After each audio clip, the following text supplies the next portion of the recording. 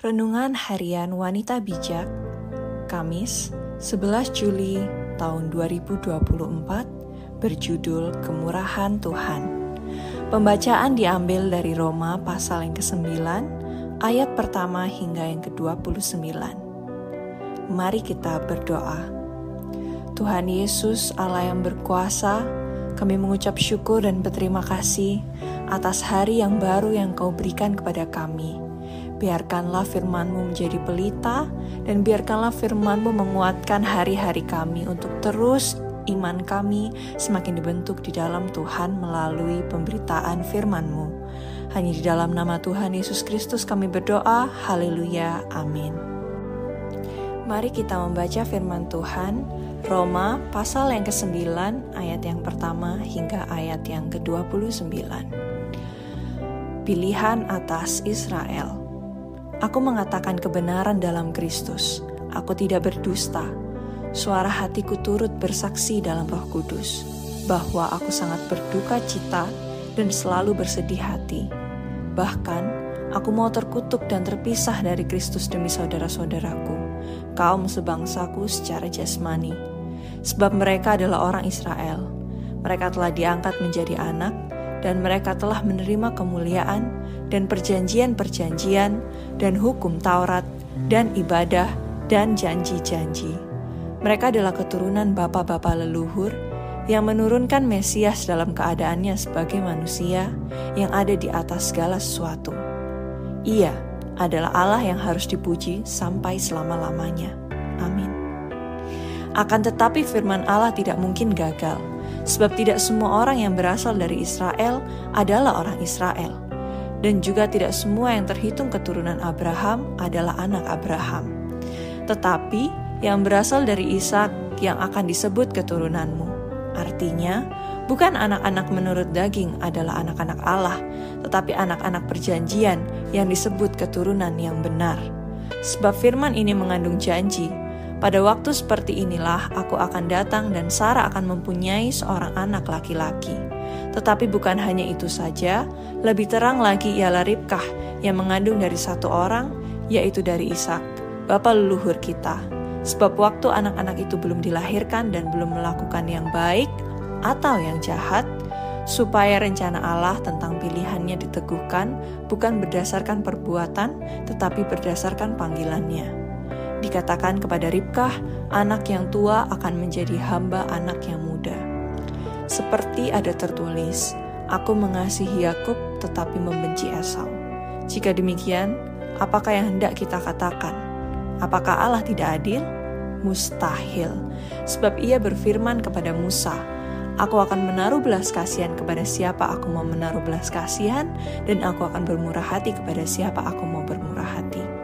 Jika hal itu tidak tergantung pada kehendak orang atau usaha orang, tetapi kepada kemurahan hati Allah, sebab kitab suci berkata kepada Firaun, itulah sebabnya aku membangkitkan engkau, yaitu supaya aku memperlihatkan kuasaku di dalam engkau, dan supaya namaku dimasyurkan di seluruh bumi. Jadi ia menaruh belas kasihan kepada siapa yang dikehendakinya, dan ia menegarkan hati siapa yang dikehendakinya. Sekarang kamu akan berkata kepadaku, jika demikian, apalagi yang masih disalahkannya? Sebab siapa yang menentang kehendaknya? Siapakah kamu, hai manusia, maka kamu membantah Allah? Dapatkah yang dibentuk berkata kepada membentuknya, mengapakah engkau membentuk aku demikian? Apakah tukang periuk tidak mempunyai hak atas tanah liatnya, untuk membuat dari gumpalan yang sama suatu benda untuk dipakai guna tujuan yang mulia dan suatu benda lain untuk dipakai guna tujuan yang biasa? Jadi, kalau untuk menunjukkan murkanya dan menyatakan kuasanya, Allah menaruh kesabaran yang besar terhadap benda-benda kemurahannya yang telah disiapkan untuk kebinasaan, justru untuk menyatakan kekayaan kemuliaannya atas benda-benda belas kasihannya yang telah dipersiapkannya untuk kemuliaan, yaitu kita yang telah dipanggilnya bukan hanya dari antara orang Yahudi, tetapi juga dari antara bangsa-bangsa lain, seperti yang difirmankannya juga dalam kitab Nabi Hosea. Yang bukan umatku akan kusebut umatku, dan yang bukan kekasih, kekasih.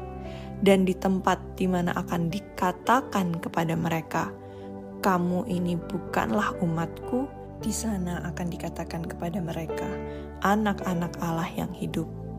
Dan Yesaya berseru tentang Israel, sekalipun jumlah anak Israel seperti pasir di laut, namun hanya sisanya akan diselamatkan.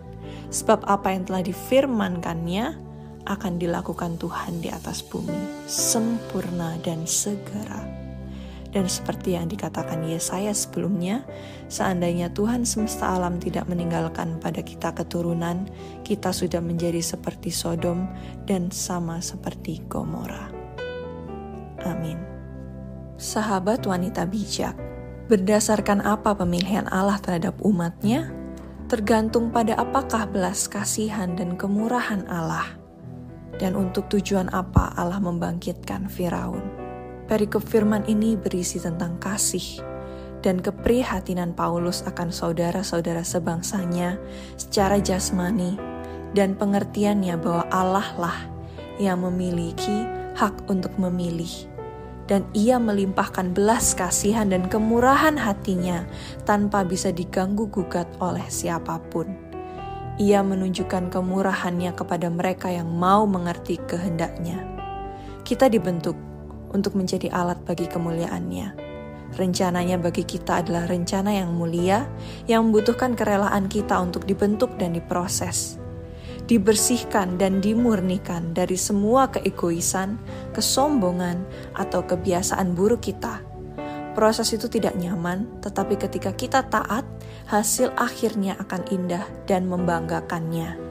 Bertekunlah untuk terus mempercayai Tuhan dalam setiap pergumulan hidupmu, dan serahkanlah hidupmu dalam kedaulatannya yang sempurna. Sebelum kita membagikan kepada rekan dalam kelompok pemuritan tentang berkat yang kita terima dan komitmen kita, mari kita berdoa. Tuhan Allah yang berkuasa, kami mengucap syukur dan berterima kasih. Sekali lagi firman-Mu memberikan kami kekuatan bahwa kami adalah anak-anak pilihan-Mu. Kau pakai kami, Kau kuduskan kami, Kau angkat kami, Kau pilih kami.